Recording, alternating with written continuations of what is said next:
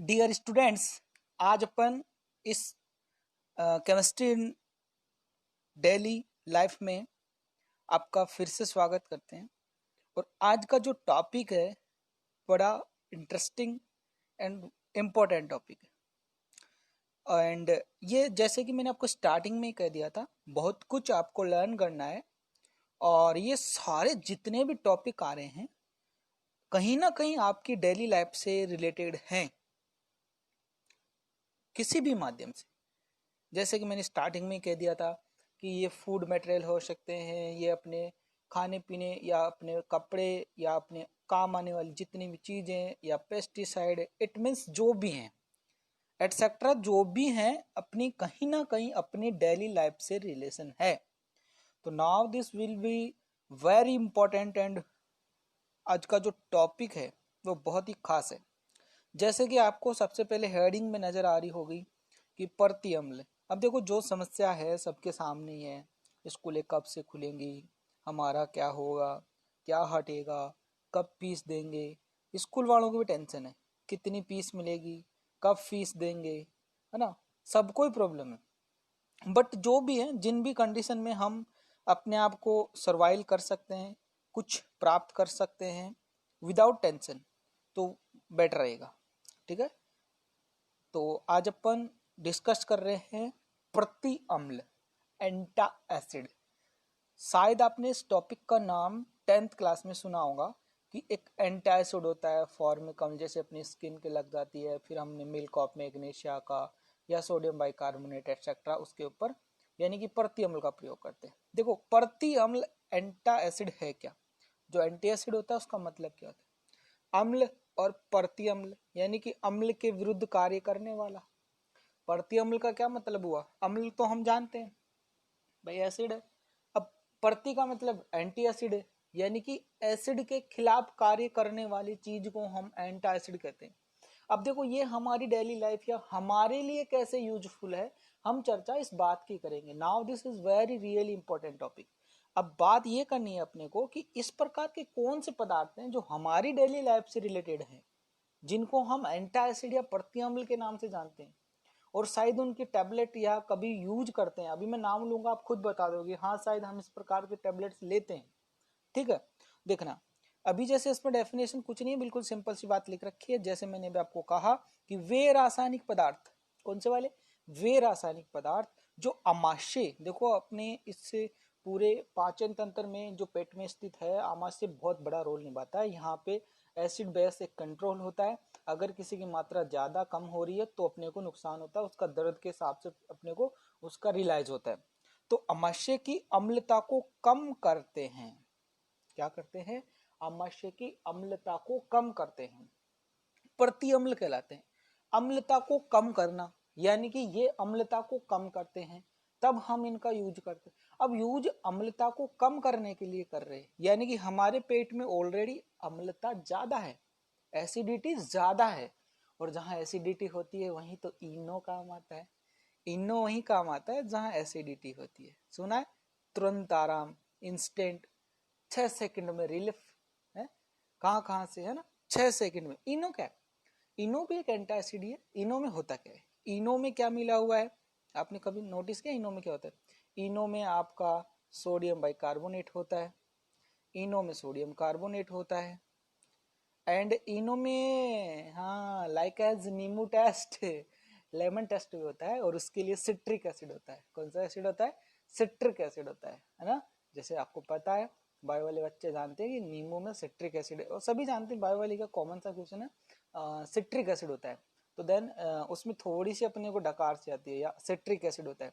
तो वहां पे कार्बोनेट जो होता है, कार्बोनेट का टेस्ट भी कराएंगे उसमें भी। जैसे आपने इनो को कभी पानी में डालते हो तो पता है आपको, ऐसे ऐसे तीव्र झाग के साथ निकलते हैं बुलबुले। उसी टाइप कार्बोनेट का टेस्ट होता है। हम कार्बोनेट का टेस्ट भी करेंगे, CO3-2 same as like S. तो इनो में क्या, कोई पूछ ले इनो में क्या होता है तो आपको क्या बताना है? Sodium bicarbonate, sodium carbonate and citric acid. ठीक है, तो ये इनो का काम है। ये मैंने इसलिए बताया क्योंकि हम इसको ज्यादा यूज करते हैं। कभी भी नॉर्मल बिना डॉक्टर की सलाह हम इनो पी लेते। अपने को ऐसा लगता है कि हाँ मैंने आज कच्चर पच्चर कुछ ज्यादा ही खा लिया है, मेरे पेट में ऐसे खट्टी डकारें आ रही है, है ना, तो उस टाइम हम ले लेते हैं, नॉर्मल वही चीज है, हमको पता है हमने क्या खाया है ना, तो कोई दिक्कत नहीं है, इनो इसी के लिए बनाए, कोई नुकसान नहीं इसका, ठीक है। अब देखो, लेकिन हमको याद क्या करना है, इनो नहीं, हमको ये याद करना है कि प्रति अम्ल औषधियों के कुछ नाम लिखो, या फिर ऐसे पूछ लेते हैं रेनिटिडीन ओमिप्रिजोल किस टाइप की औषधि है।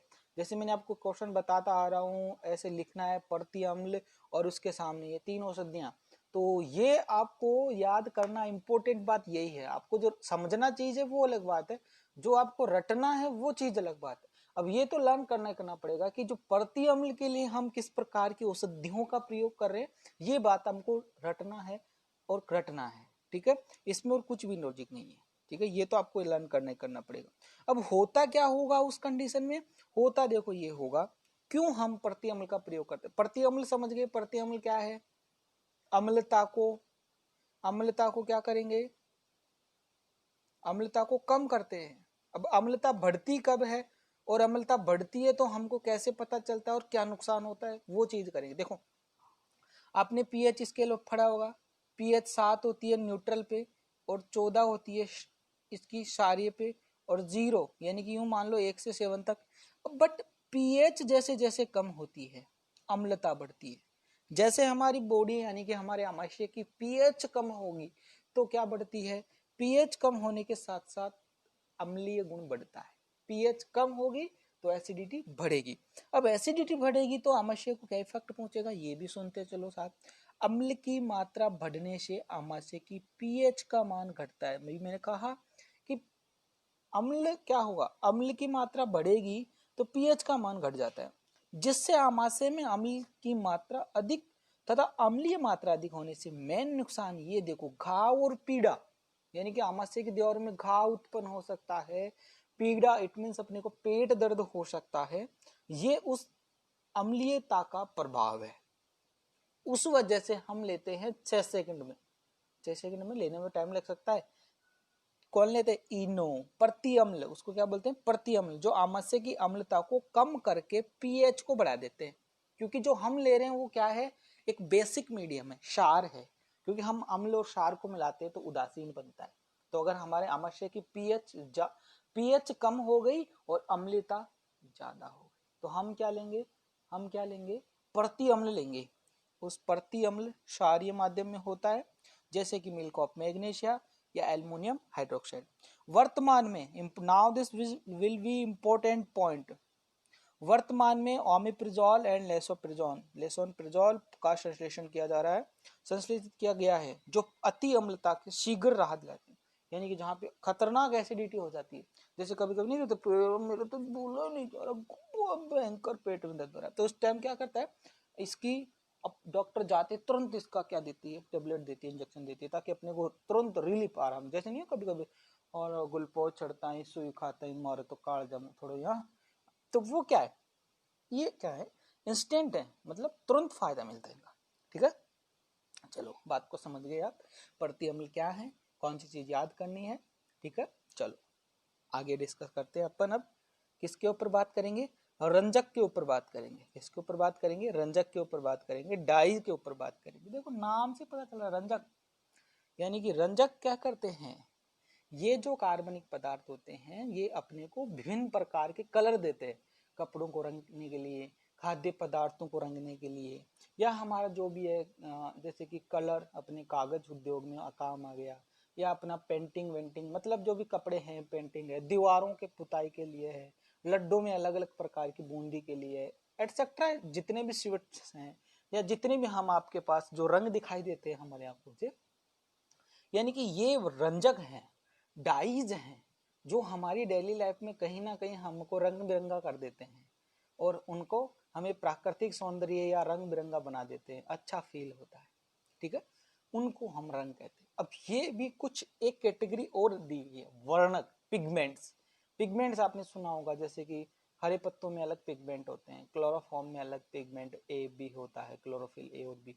पिगमेंट के कारण ही इनमें कुछ जो पिगमेंट होते हैं ना, वर्णक होते हैं ना, ये एक्चुअल में होते क्या हैं, ये एक्चुअल में पेड़ पौधों यानी कि जैविक जैविक पदार्थों से ही अपने को प्राप्त होते हैं। ये थोड़ी सी क्वालिटी अलग रखते हैं, थोड़ा डिफरेंट है, थोड़े से इनसे यूं मान लो हार्ड है, सख्त है, इनके प्रभाव थोड़े इफेक्टिव हैं, है ना। यूं समझ लो हम इनको कच्चे या पक्के ऐसे कर सकते हैं कि एक तो थोड़ा मतलब और एक थोड़ा बहुत ही हाई, मतलब जो वर्णक है, एक वर्ड और पढ़ना है आपको, इसकी कैटेगरी कम है, इसको क्लासिफिकेशन या अलग अलग तरीके से पढ़ने की जरूरत नहीं है, इसको सफिशिएंट वर्ड है, सफिशिएंट एग्जांपल है, तो इसको अपन एक साथ ही पढ़ सकते हैं।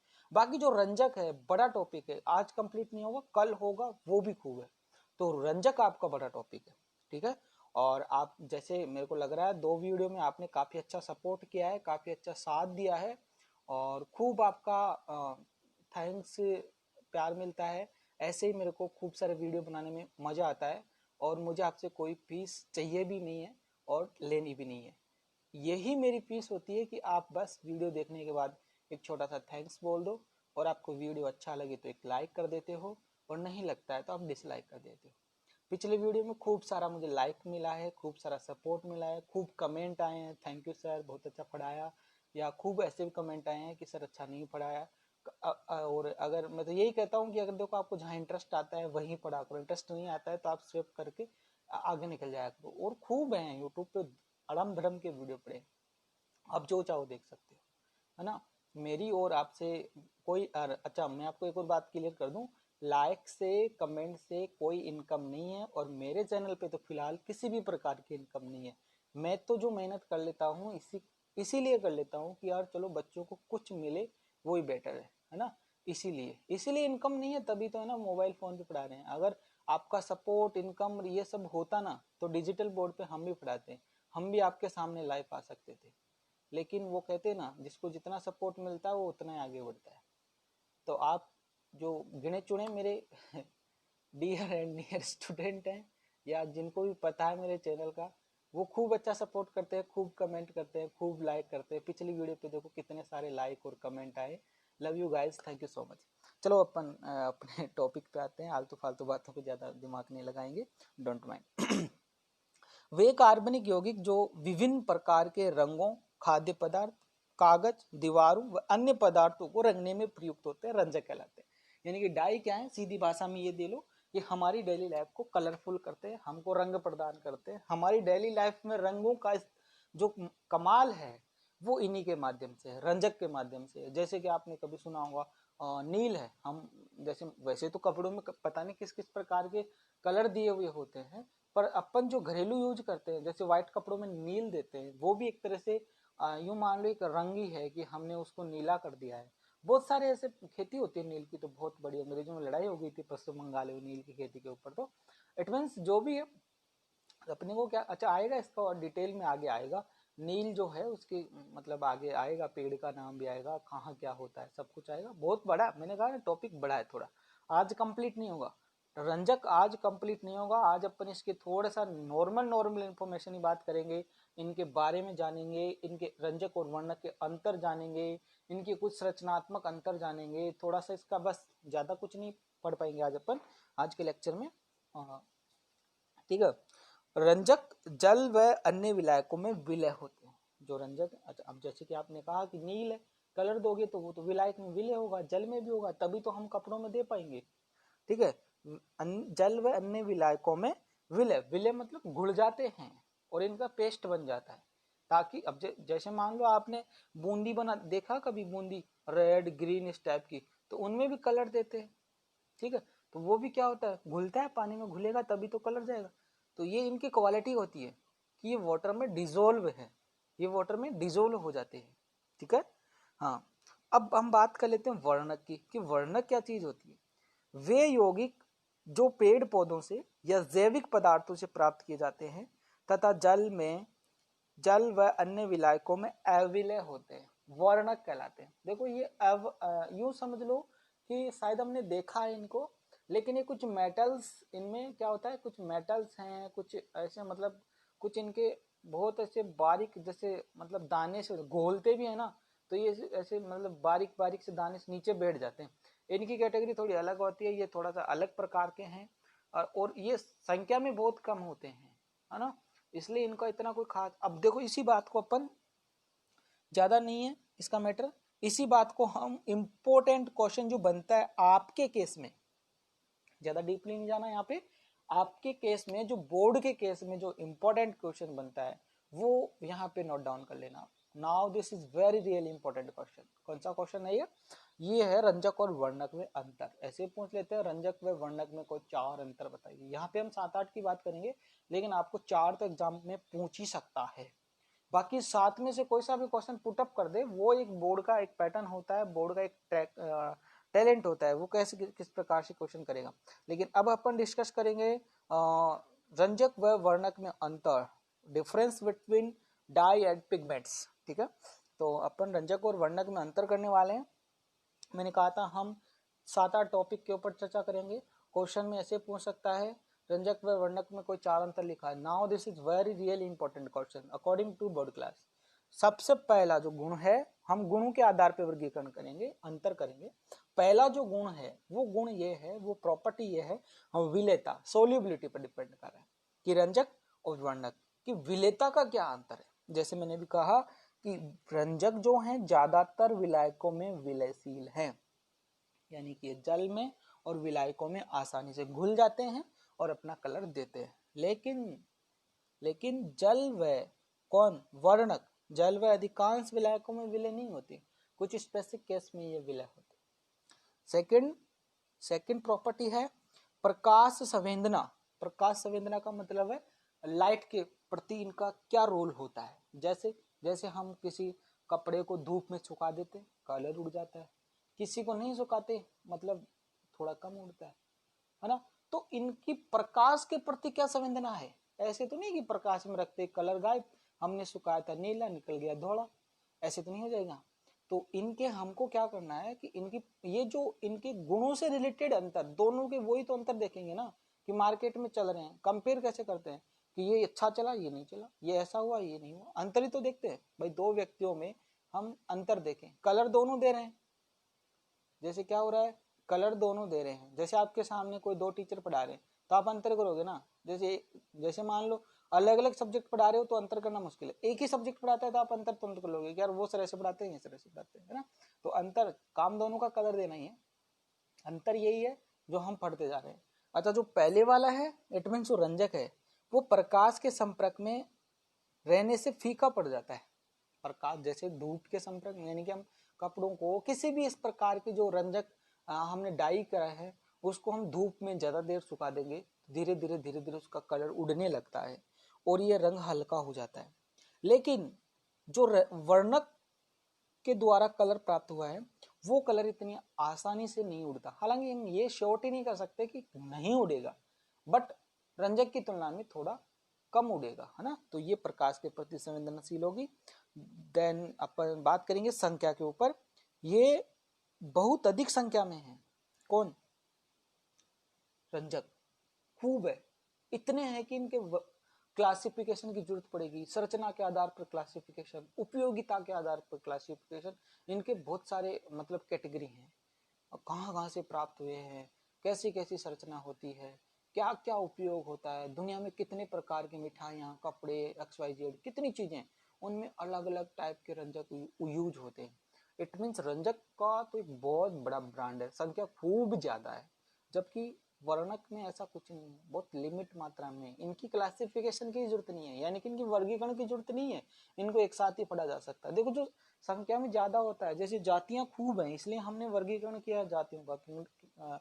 आपने देखा होगा बॉटनी वगैरह में आप क्लासिफिकेशन करते हो किन चीजों का करते हैं, जो संख्या में बहुत ज्यादा होती है उनका वर्गीकरण करते हैं, जो गिने चुने होते हैं उनका वर्गीकरण करने की जरूरत ही नहीं होती है, ठीक है ना। तो हम ये बात भी समझ गए। देन अगली बात करेंगे अपन, चौथा रीजन जो है इसका उत्पाद प्रतिरोध। उत्पाद प्रतिरोध, देखो ये क्या चक्कर है, ये वर्णकों की तुलना में कम प्रतिरोधी होते हैं जिससे विलायक में बहुत प्रभावित होते हैं। यानी कि इनका प्रतिरोध मतलब ये मतलब इनका रुकावट, प्रतिरोध का मतलब क्या है, रुकावट। तो इनकी रुकावट क्या होती है, बहुत कम प्रभावित करती है, बहुत कम होते हैं, ये तुरंत घुलेंगे, मतलब कम प्रतिरोधी होंगे और विलायक में इफेक्ट कम होगा इनका। जबकि इनका प्रतिरोध बहुत उच्च होता है जिसके कारण विलायक से अप्रभावी रहते हैं। Then now this will be next topic क्या होगा अपना, रासायनिक संगठन। रासायनिक संगठन की बात करेंगे तो ये कार्बनिक यौगिक होते हैं। कौन से रंजक जो होते हैं प्योरली कार्बनिक यौगिक होते हैं, कहीं ना कहीं इनमें कार्बनिक स्ट्रक्चर होती है।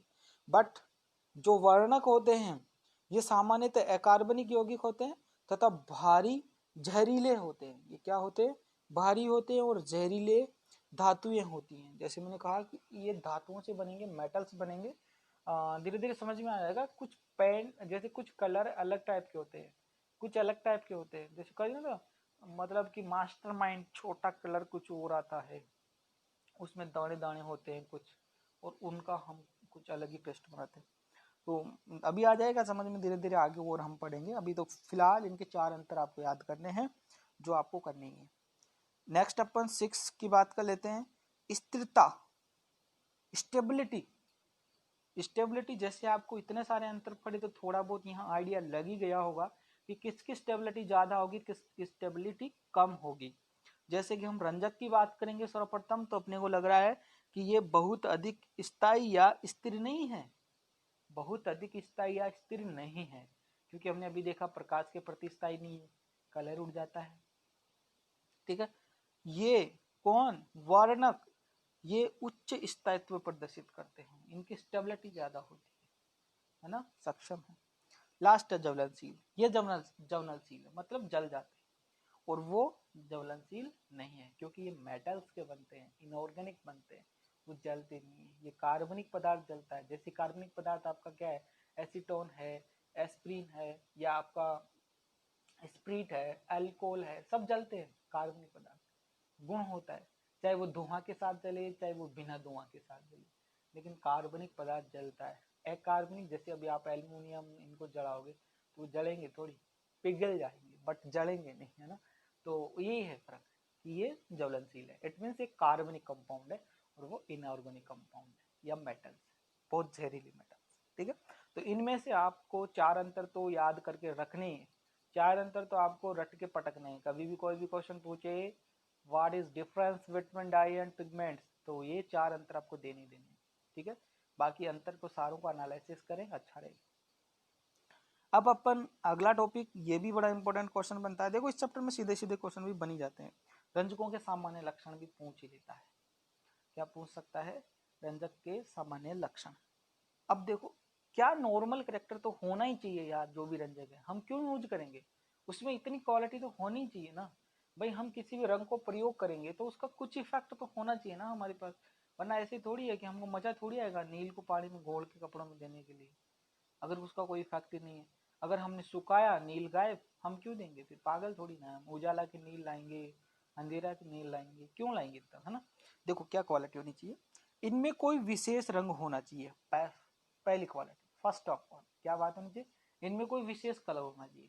जैसे हमको नीला देना है तो नीला ही होना चाहिए, जैसे किसी का पीला है तो पीला होना चाहिए, है ना, नीला पीला लाल नारंगी बैंगनी पिंक, यानी कि जो फिक्स कलर है वही होना चाहिए।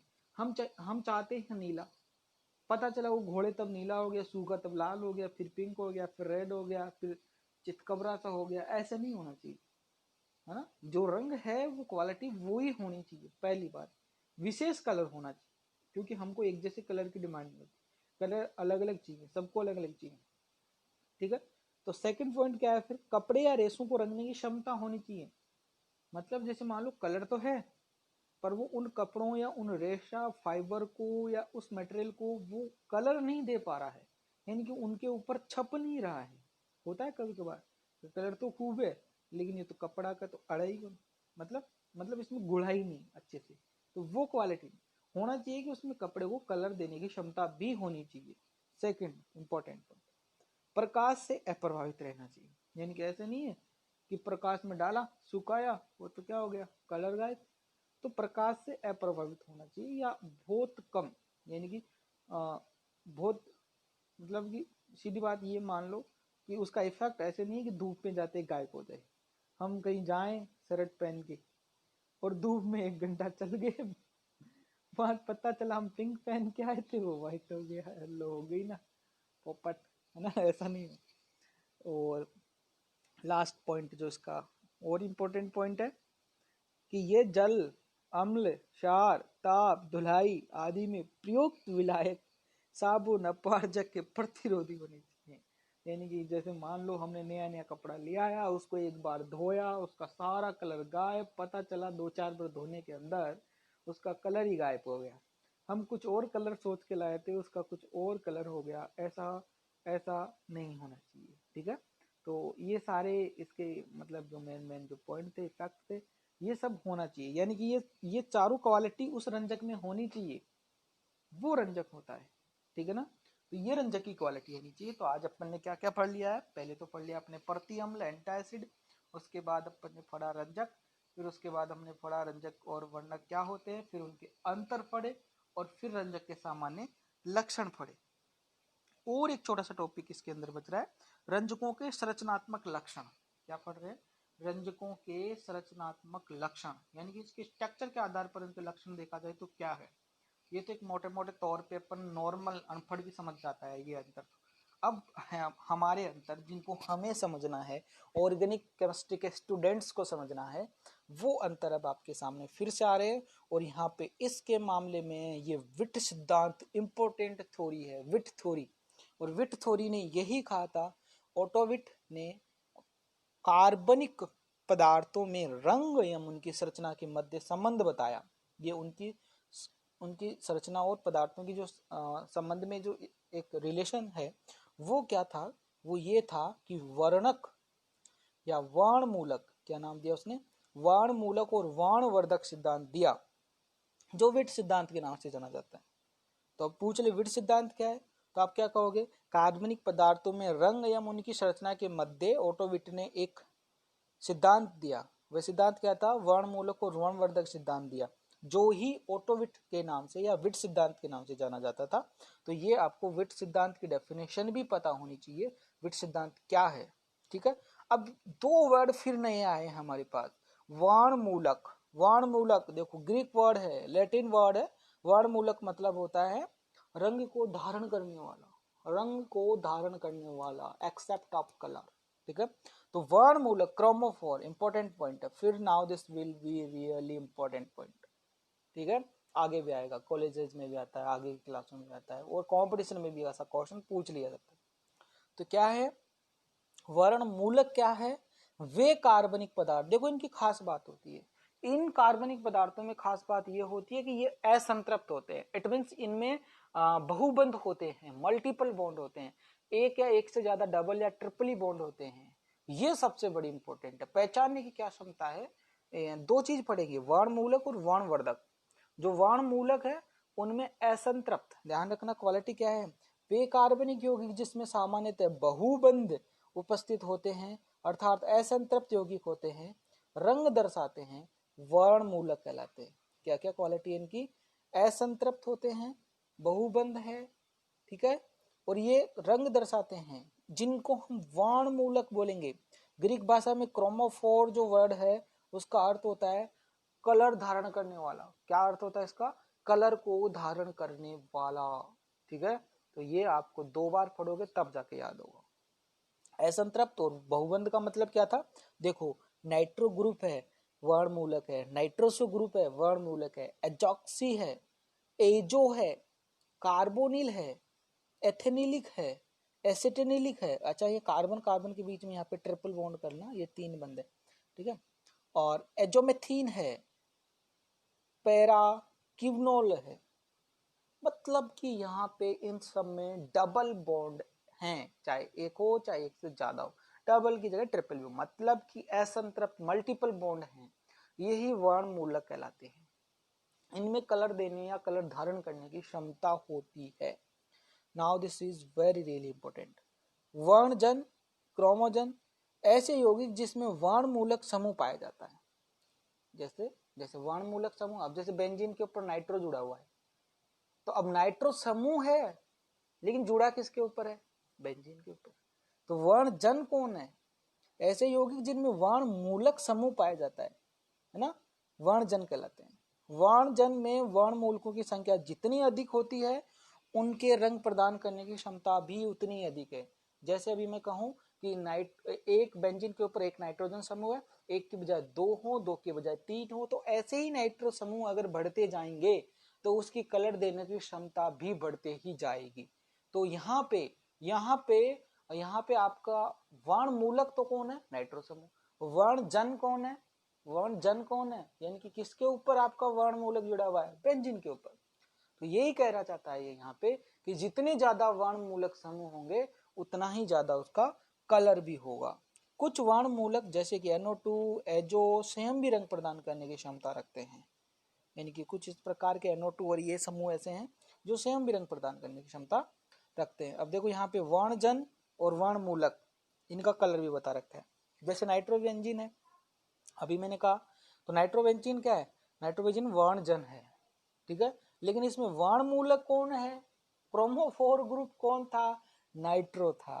क्या था, नाइट्रो था, ठीक है। Now this is very really important, कौन है इसके अंदर, नाइट्रो। ऐसे ही आपका रंग पीला देगा। एजोबेंजीन है, एजोबेंजीन समझ रहे हो, एजो ग्रुप लग जाता है, दोनों तरफ बेंजीन हो जाते हैं। जैसे ये ग्रुप है ना, इसके दोनों तरफ C6H5 PH लग जाता है, तो इसको हम एजोबेंजीन बोलते हैं, ठीक है, लाल रंग का होता है। तो ये चीजें हैं वर्ण जन और वर्ण मूलक। देन एक और टॉपिक है, फिर हम इस टॉपिक को खत्म करेंगे यहीं पे, अगला टॉपिक कल से पढ़ेंगे, वर्णवर्धक। क्या है ये, वर्णवर्धक, एक्सोक्रोम्स। क्या है ये, वर्णवर्धक एक्सोक्रोम। देखो इसमें थोड़ी अलग क्वालिटी है। ये क्या करते हैं, ये ऐसे समूह जो स्वयं रंग प्रदान करने में असमर्थ होते हैं, यानी कि इनकी इतनी हिम्मत तो नहीं है कि ये कलर प्रदान कर दे, खुद में नहीं है, लेकिन ये किसी के साथ मिल जाएं, ये किसी के साथ मिल जाएं तो उसकी कलर देने की क्षमता को बढ़ा सकते हैं। होता है ना ऐसा, जैसे मान लो कोई कोई है, यार भैया देख मैं अच्छा तो कुछ नहीं कर सकता, इतना तो मैं नहीं जानता, बट मैं तेरा सपोर्ट जरूर कर सकता हूँ, तू मेरी वजह से इसमें कुछ कर लेगा, लेकिन मैं नहीं कर पाऊंगा, मैं तेरा कैसे भी पीछे से सपोर्ट जरूर करूंगा और मेरे सपोर्ट से तू बहुत कुछ कर लेगा। ऐसा कई बार होता है। तो ये वही है, एक्सोक्रोम वही है, एक्सोक्रोम वही चीज है जो क्या करेगा, वर्ण मूलक को बढ़ाता है, वर्ण मूलक की क्वालिटी को बढ़ाता है, इट मींस उसके कलर को बढ़ाता है, यानी कि खुद अनइफेक्टेड है बट उसकी प्रेजेंसी में उसके इफेक्ट को बढ़ा देगा, ये खास बात है इस पे। Now this is very real important, इसके ऊपर आप फोकस करें, शब्दों पे फोकस करें। देखो अलग है, वर्ण मूलक और वर्ण वर्धक अलग है। वर्ण मूलक जो था आपका डबली बॉन्डेड था या ट्रिपली बॉन्डेड था, यानी कि असंतृप्त था, ठीक है। दूसरी बात, वहां पे ग्रुप जैसे आपको एग्जाम्पल देखे हो आप, कलर धारण करने की क्षमता होती थी, खुद की भी होती है। देन यहाँ पे चक्कर है, यहाँ पे ये चक्कर है कि ये संयम रंग प्रदान नहीं करते। पहली बात क्या है, संयम रंग प्रदान नहीं करते, असमर्थ इस मामले में। लेकिन किसी भी वर्ण मूलक समूह युक्त यौगिक में प्रवेश करा दिया जाए, प्रवेश करा दिया जाए तो यौगिक को रंग प्रदान करने के योग्य बना देते हैं, वर्णवर्धक कहलाते हैं। इतनी क्षमता है बस, खुद का मतलब सेल पड्डा नहीं है। जैसे OH है, OR है, NH2 है, देखो इनमें कहीं डबली बॉन्डेड नहीं है। वो जो एग्जाम्पल देखे अभी अपने सब डबली बॉन्डेड ट्रिपली बॉन्डेड एग्जाम देखे, असंतृप्त यौगिक देखे सारे, ये असंतृप्त नहीं है। अंतर तो मिल गया आपको कि जहां पे डबल बॉन्ड आ गया, कार्बोनिल है, एजो है, जोक्सी है, नाइट्रोम है, जो भी है, सॉरी आपका नाइट्रो है, जितने भी कंपाउंड देखे वहां पे सब डबल बॉन्डेड थे, ये डबल बॉन्डेड नहीं है। अंतर तो समझ में आ रहा है, लेकिन ये खुद का इतना सेल्फ वो नहीं है कि ये कलर बढ़ा देंगे। ये क्या करेंगे, खुद कलर नहीं बढ़ाएंगे, उनकी उपस्थिति में या उनके उनमें उनका ग्रुप प्रवेश करा दे, ऐड कर दे तो कलर दे देंगे। जैसे एक एग्जांपल के माध्यम से समझेंगे, ये इनके ग्रुप के एग्जांपल है। जैसे एग्जांपल है, एजोबेंजीन एक रंगीन यौगिक है। क्या बोल रहा है, एजोबेंजीन मान लिया एक रंगीन यौगिक है, इसमें NH2 समूह प्रविष्ट कराने पर यह पीले रंग का रंजक पैरा एमिनो एजोबेंजीन रंग प्रदान कर देता है। जैसे मान लो ये था एजोबेंजीन, ये एजोबेंजीन था, ये मान लो रंगहीन है, लेकिन जैसे इसमें NH2 लगा दिया, कौन सा, वर्णवर्धक लगा दिया, कौन सा समूह लगा दिया, वर्णवर्धक समूह ऐड कर दिया इसके अंदर, तो क्या हो गया, ये पैरा एमिनो एजोबेंजीन हो गया, क्योंकि पैरा पोजीशन पे एमिनो ग्रुप जोड़ दिया हमने। भाई यहाँ इसके हिसाब से देखेंगे, ऑर्थो, मेटा और पैरा, पैरा पे हमने क्या जोड़ दिया, NH2 समूह जोड़ दिया, तो ये पैरा एमिनो एजोबेंजीन हो गया। देखो ये समूह है एजोबेंजीन और इस तरफ बेंजीन इस तरफ बेंजीन, इसलिए इसको कॉमन भाषा में एजो बेंजीन ही कहते हैं कि एजो के अगर बेंजीन लग गया मतलब दोनों तरफ बेंजीन है। ठीक है, तो ये हो गया इसका एजो बेंजीन। तो इसको हम बोलेंगे पैरा एजो बेंजीन, ये पीला रंजक है। कौन सा रंजक है? पीला रंजक है, येलो डाई। यहाँ NH2 समूह एक वर्णमूलक क्रोमोफोर समूह था, जबकि NH2 समूह एक वर्णवर्धक समूह था, है ना। तो ये अंतर है इन दोनों में। तो जो आज हमने पढ़ा है उसको आप जितना देख पाओ देखो, पढ़ो, और कोई भी प्रॉब्लम हो शेयर कर सकते हो। Thank you so much.